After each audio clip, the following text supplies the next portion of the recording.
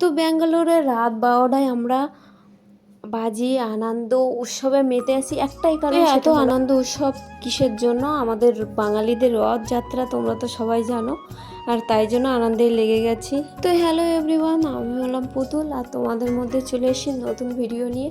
তো রথযাত্রার জন্য আমি সব আমার ঘরের জিনিস ক্লিন করতে চলেছি, মা মেয়ে লেগে পড়েছে। দুজনে কিন্তু সারা বছরের নোংরা একদিনেই পরিষ্কার করে দেবো, মা মেয়ে দুজনা মিলে। ও ক্লিন করছে আর আমিও ক্লিন করছি। তো যদিও গ্রামের রথগুলো খুব ভালো করে বের হয়, আর এটা ব্যাঙ্গালোরের পরিবেশে কেমন হবে জানি না। তো মা মেয়ে কম্পিটিশান চলছে। তো কোথায় আছে খেয়ে হাগা আর ঘুমাতে গিয়ে জায়গায়, এই যে একটা বদ অভ্যাস খুব মানুষকে পরিস্থিতি দায়ী করে। তো দেখো আমরা কিন্তু ক্লিন করতে শুরু করেছি, আমার ঘরের আলমারির যে সব জিনিসপত্রগুলো সব বাইরে বের করে দিয়েছে। মা মেয়ে কিন্তু অনেকভাবে পরিষ্কার করছি, আর যেখানে সেখানে জিনিসপত্র পড়ে আছে দেখো, অনেক কষ্টের মধ্যে কিন্তু জিনিসপত্র যা ছিল সব বের করে দিয়ে। তো এত কিছুর মধ্যে আমার ফুলটা আমি ফেলে দিয়েছি, আমি বুঝতেই পারি। তো এর মধ্যে হাজবেন্ডও কল করে দিল, আর হাজবেন্ডকে দেখাচ্ছি দেখো কত কিছু না জিনিসপত্র বের করেছে। ও দেখেই তো অবাক, বলছে কে পরিষ্কার করবে? আর দেখো প্রথম দিনে সেই দেখাটার কথা আমার কিন্তু আওয়াজও পড়ে গেল। ও কিন্তু সেই ভিডিও কল করতে করতে এখনও ওপরের দিকে তাকাতেই থাকে, প্রথম দিনের দেখা। আর বাবা মার মধ্যে তার মধ্যে আমি ভিডিও কল করে নিলাম। আর দেখো সত্যিকারের টাকা হলে কিন্তু এরকম ছড়াবিলি হতো না।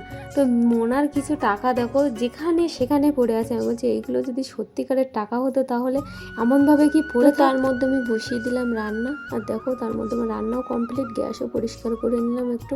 তার মধ্যে জামা প্যান্ট কাছাকাছি ছিল সেটা। তো ফাইনালি আমাদের নতুন পরিবেশে বাচ্চাটা চলে এসেছে, নতুন সদস্য বলতে তাকে একটু নাচ করাচ্ছি, অনেক ভালো লাগছে, মন মাইন্ড ফ্রি হয়ে গেল। তো এবার চান করব, পুজো দেবো, খুব এক্সাইটেড। ওকে বলছি তুমি একটু নাচ করে নাও বাবা, আমি কিন্তু চলে। তো ও তারপরে কোলে ওঠার জন্য এত কান্না করছে, আমি বলছি আর হবে না বুঝি। তো দুঃখের বিষয় এটা হলো আমাদের রথ নাকি অনেক লেটে বেরোবে, আমি জানতে পারলাম। তো মোনার অনেক কান্নাকাটি, তার মধ্যে কিন্তু আমি ওকে সান্ত্বনা দিলাম। আর আগের বছর যেটা আমি ঘুরতে গেছিলাম সেটাই নিয়ে ওকে দেখাচ্ছি। জয়ই হোক, এটা ব্যাঙ্গালোর, অনেক যাত্রীকে আমরা বেরোতে পারবো। আর সময় সিচুয়েশন অনুযায়ী অনেক কিছু হয় না, পাল্টে যায়। তো কি করব, অনেক টেনশনের মধ্যে তাই। আর রডটা কিন্তু আমাদের কমপ্লিট হয়ে গেছে, বাট এটা কিন্তু কত রাত্রে বের করবে আমি জানি না। তো আগের বছরের জিনিসটা দিয়েই হরিনাম সংকীর্তন তোমরা একটু শুনে নাও।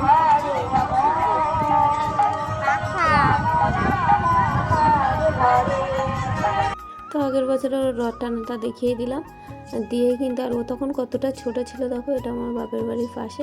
তো রাধে রাধে, কেমন লাগলো, সবাই ভালো থেকো।